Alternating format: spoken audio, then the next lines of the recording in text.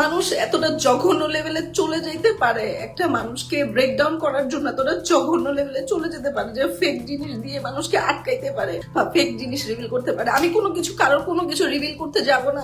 বারিশা আমাকে বড় ভাইদের দিয়ে হুমকি দিয়েছে, এমনটাই বলে এবার লাইভে এসে কান্নাকাটি করলেন লিয়ান। ভিউয়ার্স, বিস্তারিত জানতে হলে পুরো ভিডিওটিকে না টেনে শেষ পর্যন্ত দেখতে থাকুন। যে লিওনাকে কখনো কেউ না খোঁচালে লিওনা কামড়াইতে যায় না, সো খোঁচাবেন অবশ্যই কামড়াকামড়ি শুনতে হবে, মানে কামড়াকামড়ি নিতে হবে। সোশ্যাল মিডিয়াতে এখন তুমুল দ্বন্দ্ব চলছে বারিশা হক এবং লিওনা রহমান লিয়ানের মধ্যে।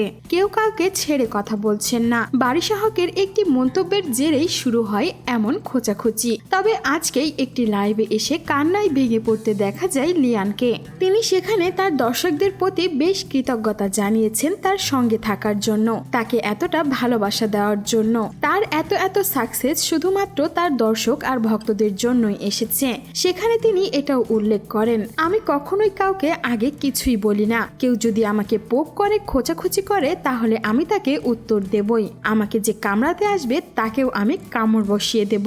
লিওনা সেখানে দর্শকদের এটাও অনুরোধ করেন, আমি স্টপ হয়ে গিয়েছি বড় ভাই বড় আপুদেরকে সম্মান রেখে, তাই আপনারাও এখন স্টপ হয়ে যান। এসব নিয়ে আর কথা বাড়াতে চাই না, আমি চুপ হয়ে গিয়েছি।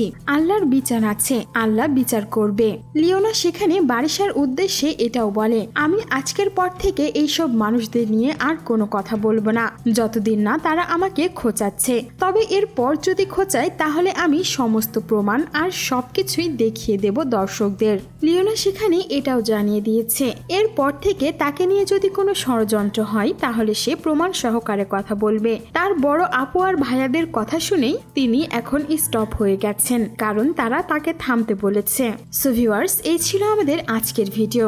আর লিওনা রহমান যে এইভাবে লাইভে এসে কান্নায় ভেঙে পড়লেন শুধুমাত্র বারিশা হকের জন্য, সেই বিষয়ে আপনার কোনো মন্তব্য থাকলে জানাতে পারেন আমাদের কমেন্ট বক্সে। আর বিনোদন জগতের এমন লেটেস্ট আপডেট পেতে আমাদের চ্যানেলটিকে সাবস্ক্রাইব করে আমাদের সঙ্গেই থাকুন। ধন্যবাদ।